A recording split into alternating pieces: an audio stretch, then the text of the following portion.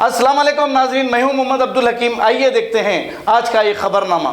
नाजरीन, पहले जिंदा इंसान कोई चीज़ लेने के लिए या दवाखाने के लिए लाइन में ठहरा करते थे, लेकिन आज बेचारे मरने के बाद अपने जलने का इंतज़ार कर रहे हैं। इतनी लंबी लाइन लगी हुई है, एक के बाद एक को ले जाया जा रहा है और जलाने के लिए इनके लोग वहाँ पर ठहरे हैं कि इनके अपने रिश्तेदारों को या माँ को, भाई को, बाप को, बेटे को जलाने के लिए।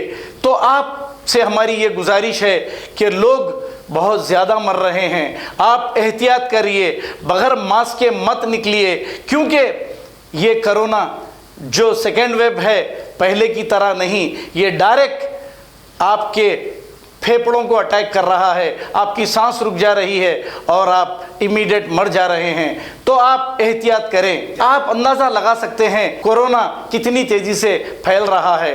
आपसे हमारी गुजारिश ये है, भले ही आप कुछ भी लिखिए हमें कमेंट में, लेकिन आपसे हमारी गुजारिश है कि आप एहतियात ज़रूर करिए, मास्क ज़रूर लगाइए। आइए देखते हैं ये रिपोर्ट।